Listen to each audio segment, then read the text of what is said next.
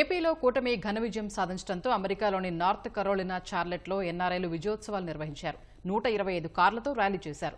ఎన్నికల్లో విజయం సాధించిన Guntur MP Pemmasani Chandrasekhar, Udayagiri MLA Kakarla Suresh, Chintalapudi MLA Songa Roshan Kumar, Gudivada MLA Venigandla రామును అభినందించారు.